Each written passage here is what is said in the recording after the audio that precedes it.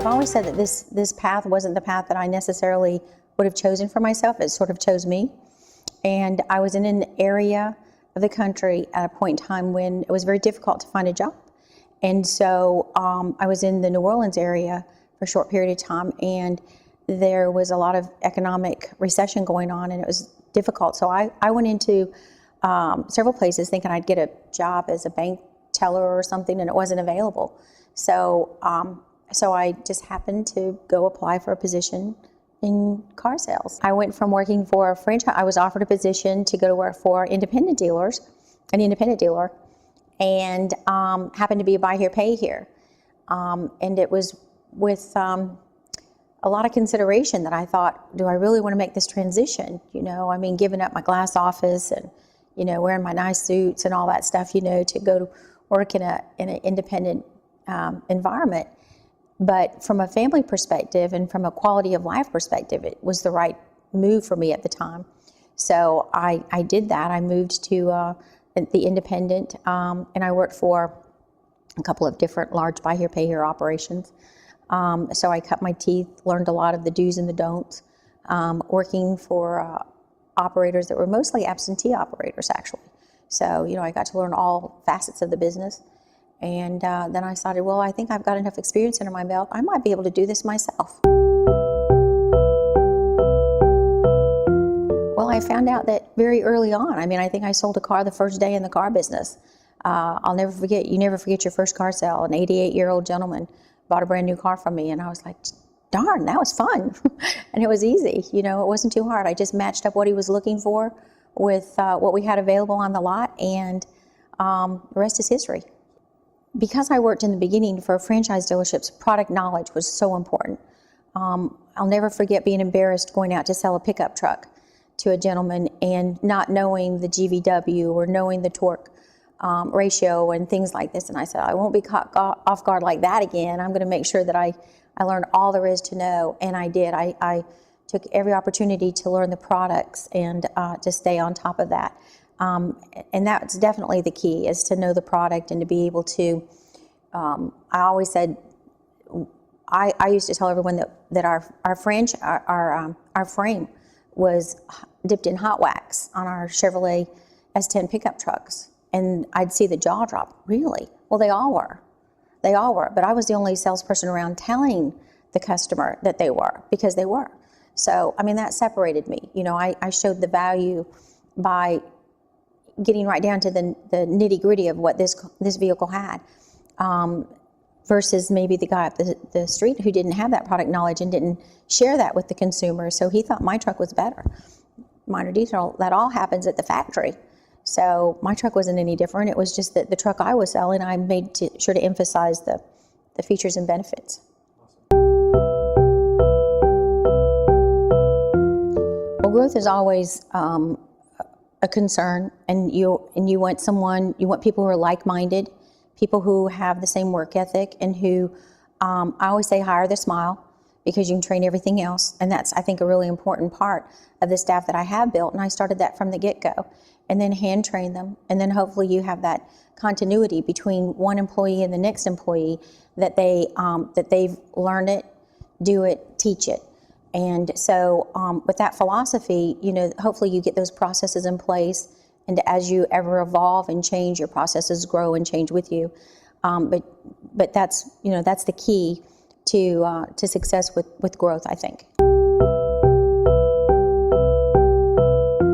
When I first joined the association, I joined for the membership. I joined for the, you know, to be a member, and I thought I'd like that accreditation.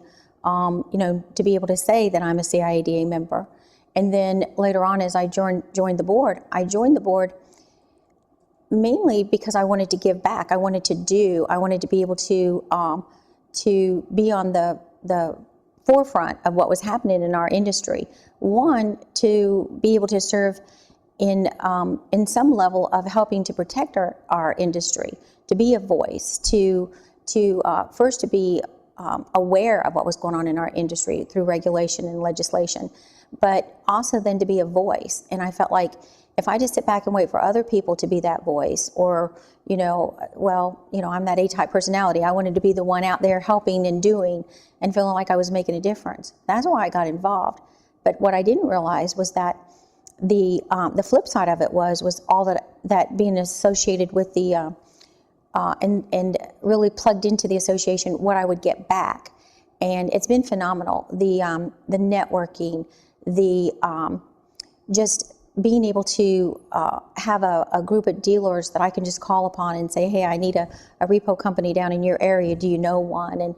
And so that networking, the education that I've gotten out of the association as a whole, the conventions and so on, but also on the board, I just have a wealth. I'm affiliated with a wealth of knowledge and experience that it's just, I've learned so much from them. I've learned so much from the other board members as well. So again, I didn't expect to get so amply rewarded for being a part of the association, but I really have. I kind of likened it to joining the BBB. You join it because you want the accreditation, you want to be able to, put that on your door and let people know that, you're part of an association and, so on, subscribe to a code of ethics. So, so I wanted that for my business. I knew that would obviously help grow and build confidence in the consumers. But not only that, so it took me a little while before I actually did much as far as other than just pay my dues. And I remember my first meeting I went to was, I believe it was a lender panel that was held up in Harrisburg. And I went to it. I was real curious to see, what the lenders had to say. Of course, at that point in time was, in the growth stages in the early days.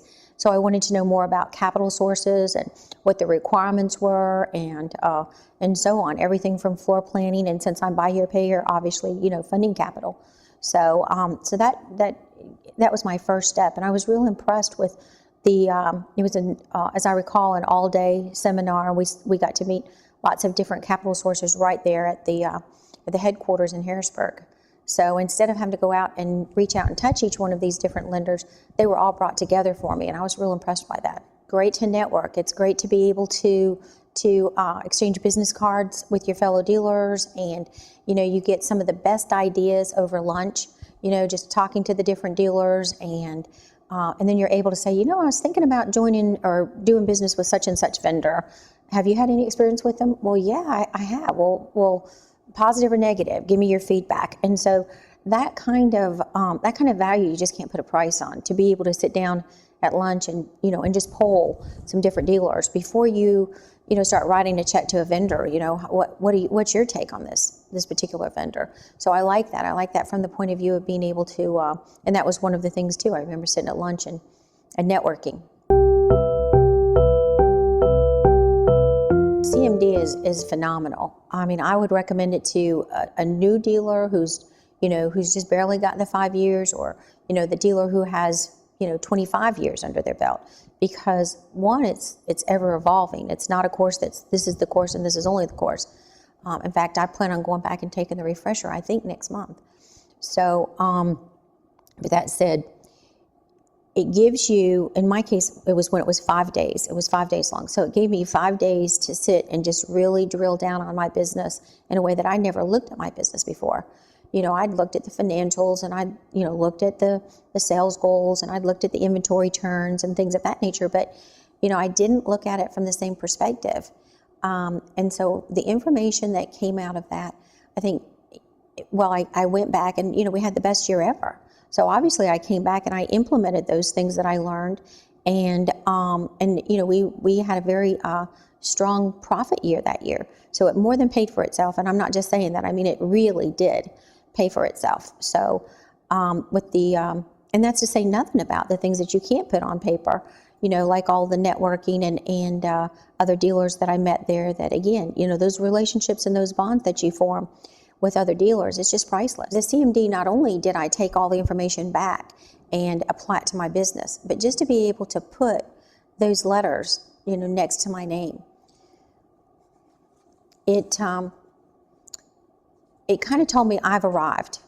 and it boosted my confidence as a dealer, and gave me, I guess, again, going back to being a female in a male-oriented business, gave me more strength and credibility. It increased my confidence. So, it means more to me than just a course. Well, I went to the national conventions first before I ever made it to a CIADA convention. I was in a 20 group, and there was always a conflict that the 20 group meeting was at the same weekend year after year after year as the CIADA convention. So I just didn't make it to the CIADA conventions. But I did go to the national several times. One time it was at the Gaylord, I think, in Nashville, one time in Orlando, and then, of course, Vegas, and I think maybe even New Orleans one time, but I wouldn't swear to it. But anyway, maybe it was New Orleans. But so I went to several of the national conventions, and, the awards banquets and things of that nature. And that's when it really started clicking that, wow, this is big. This is really big. I didn't know the association was so big, and that, I'm part of such a big industry and so professional. I was really impressed by the professionalism and of the NIADA, and knew again that on a national level I wanted to be more plugged in to what's going on to our, what's going on with our industry legislatively and regulatory wise. Well, I was actually approached by the then president of the board, the executive committee, and he approached me and said, "Have you considered getting involved in the association more? We actually have an open spot on the board right now, and we would like to entertain you joining the board. Of course, you have to be voted upon, and I can't guarantee you'll be selected, but if you'd be interested, I'd love to nominate you." So that's how it came about.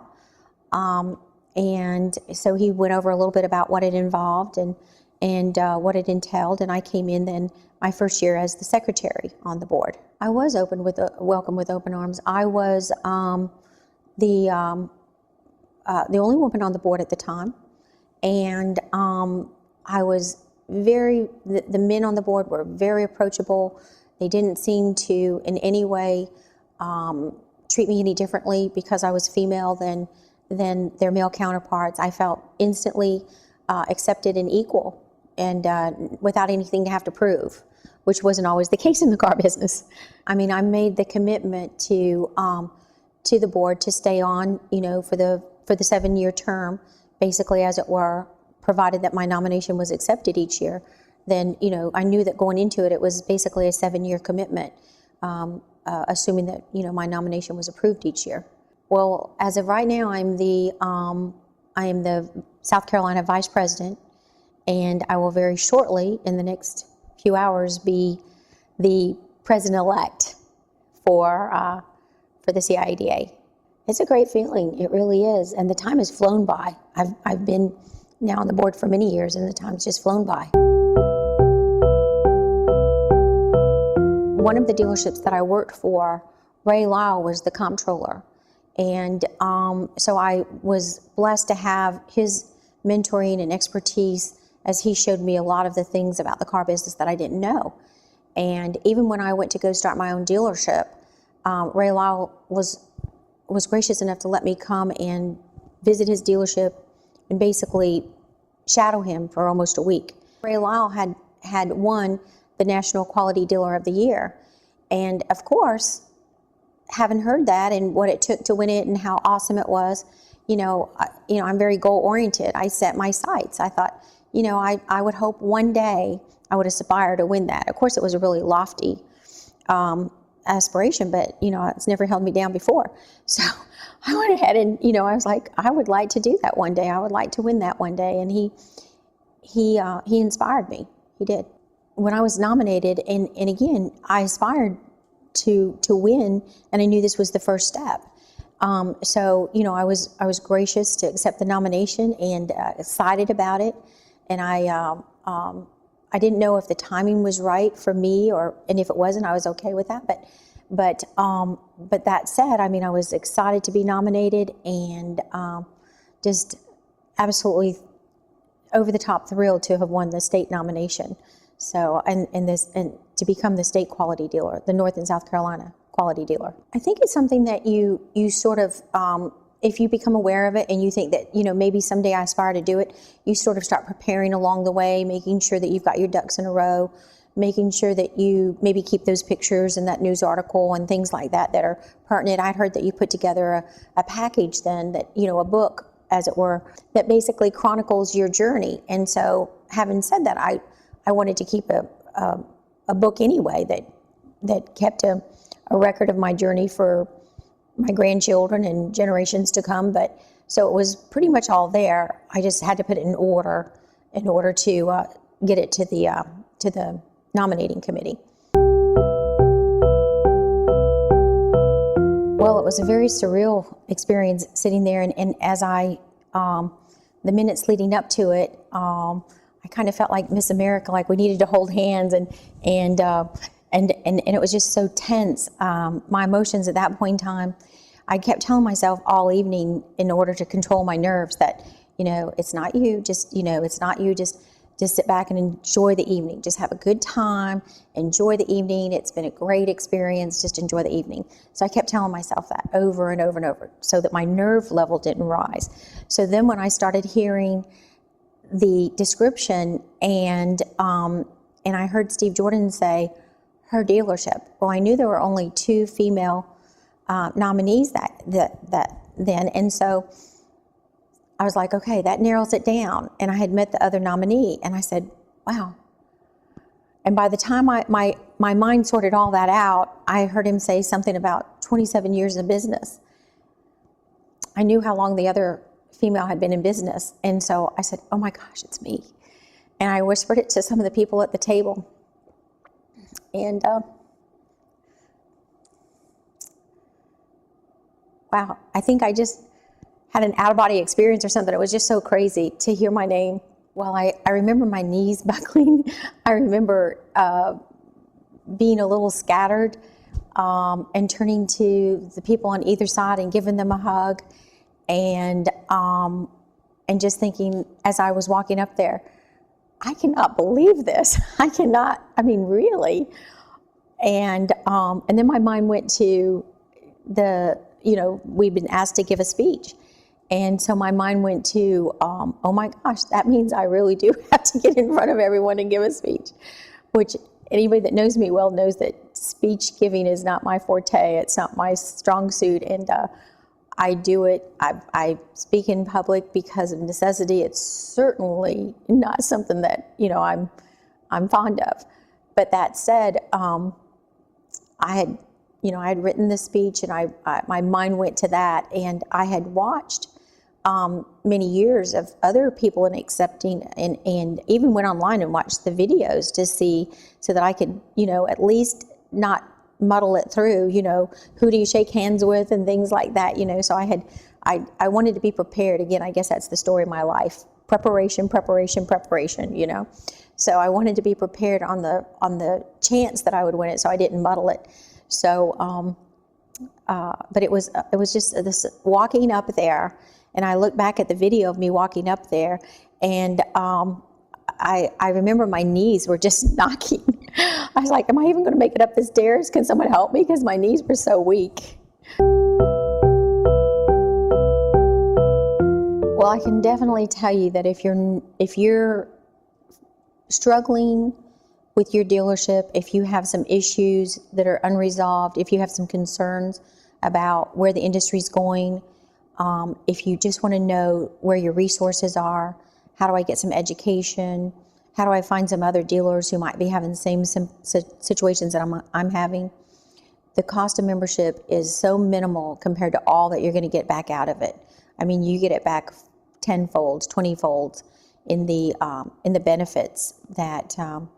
And to say nothing about just shoring up your dealership and making sure you're doing things the right way. Because the old days of what you don't know won't hurt you, those days are gone. What you don't know will hurt you. You definitely have to be on top of it and get on top of your game.